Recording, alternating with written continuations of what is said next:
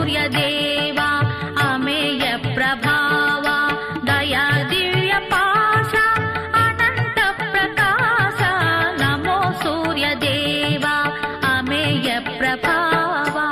మన పట్ల ఈశ్వరుడి యొక్క దయకు కారణం ధర్మమునందు అనురక్తియే కారణం. ఆ ధర్మానురక్తి దేని చేత కలుగుతుంది? గురువు యొక్క వాక్యము చేత కలుగుతుంది, శాస్త్రమునందు నమ్మకం చేత కలుగుతుంది. పురాణాది గ్రంథములను పరిశీలనం చేసినప్పుడు ధర్మానుష్ఠానం చేసిన వాళ్ళు ఎలా రక్షింపబడ్డారు అన్నది మనం ఆలోచన చేస్తే, అరేరే మనం కూడా అలా బ్రతకడమే శాశ్వతమైనటువంటి రక్షణ. మనం తెచ్చిపెట్టుకున్నటువంటి రక్షణలు అన్ని వేళలా మనల్ని రక్షించేవి కావు.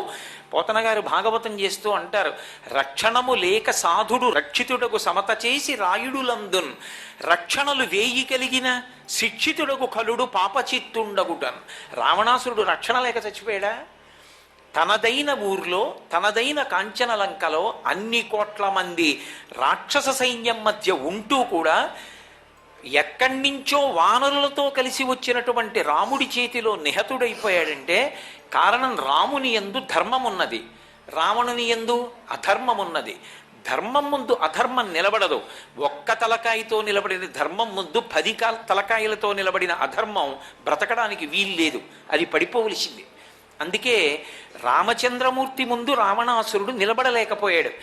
ఈ ధర్మమునందు అనురక్తి, ధర్మమునందు పూనిక, ధర్మాన్ని ఆచరించాలనేటటువంటి అనురక్తి మనకి దేనివల్ల కలుగుతుంది? కావ్య పురాణాదులను పరిశీలించడం చేత, గురువుగారి మాటల్ని జాగ్రత్తగా అన్వయం చేసుకుని జీవితంలో అనుష్ఠాన పర్యంతంలోకి తెచ్చుకునేటటువంటి ప్రయత్నం చేత, మహాత్ములు చెప్పినటువంటి విషయాల్ని 1కి 10 మార్లు ఎందుకు చదువుతాం అంటే, జీవితంలో అప్పటికేదో కోరిక తీరడం కాదు.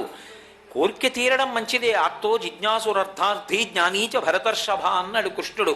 నన్ను కాకపోతే ఎవరిని అడుగుతారయా, నన్ను అడుగుతారు కోరికలు అన్నాడు. అది మంచిదే, కానీ అంతకన్నా ఇంకా పై స్థాయి ఒకటి ఉంది మనుష్యుడికి. అసలు తన జన్మ సార్థక్యం పొందాలి. మనుష్య జన్మ వదిలిపెట్టేశాడు అనుకోండి, శరీరం పోయిందనుకోండి, ఇక కర్మానుష్ఠానం లేదు, ఇక తను పుణ్యం చేయడం అన్నది లేదు, చిత్తశుద్ధి పొందలేడు, మోక్షమునకు కావలసినటువంటి యోగ్యత పొందడం అన్నది ఇక ఏ ఉపాధికి లేదు.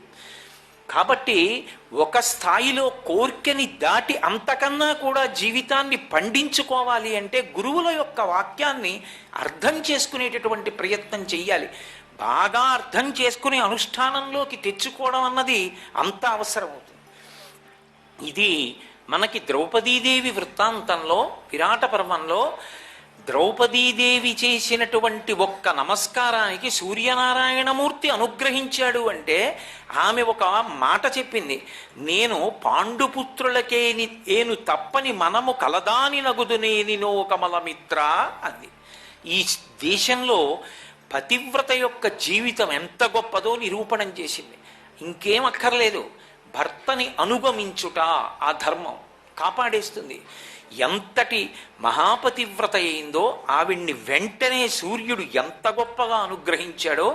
అసలు మహాభారతంలో మళ్ళీ 12 ఏళ్ళు అరణ్యవాసానికి వెళ్ళిపోవలసినటువంటి పాండవుల్ని కూడా సూర్యనారాయణమూర్తి ఎంత వైభవోపేతంగా కాపాడాడో. కాపాడి వాళ్ళని కష్టముల నుంచి గట్టెక్కించి మళ్ళీ సంతోషంగా వాళ్ళు రాజ్యాధికారం పొందేటట్టుగా కథ నడిచింది అంటే, కీలకమైనటువంటి ఘట్టంలో సూర్యనారాయణమూర్తి చేసుకున్నటువంటి జోక్యం.